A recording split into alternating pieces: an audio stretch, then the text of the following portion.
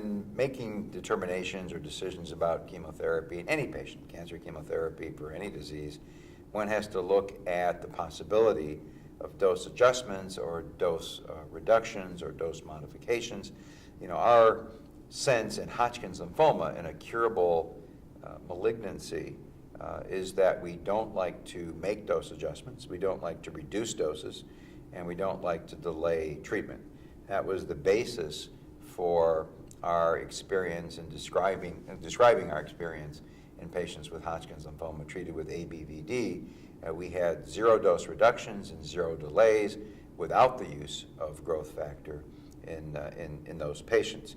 Now, when you're adding drugs such as brentuximab vedotin, I think the problem, or one of the issues with it, is that you may have to make dose adjustments, and we don't have a long database to look at, a big database to look at, to say that dose adjustments have a negative impact on treatment. But I think if we extrapolate from other cancer chemotherapy, dose intensity is probably still important. It's probably important in this regimen, and I have some concerns about making adjustments in doses for toxicity. At the same time, we have to be cognizant of those toxicities.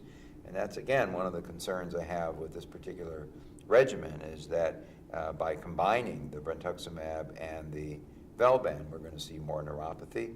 And I do wonder if giving them separately would allow us to give full doses of each without having to make adjustments in doses of the other. The adriamycin reduction in this patient is a little bit unusual. Stopping it is unusual. I don't think that a dose reduction is warranted. If you see a drop in ejection fraction, you have to make a decision if that's a real reduction, significant reduction, and consider the use of cardioprotective agents such as Zinacard, rather than stopping the drug or adjusting the dose. So those are the things that I would consider if we're in the realm of dose adjustments. So we do have to sometimes deal with neuropathic pain in patients getting brentuximab vedotin and also Velban.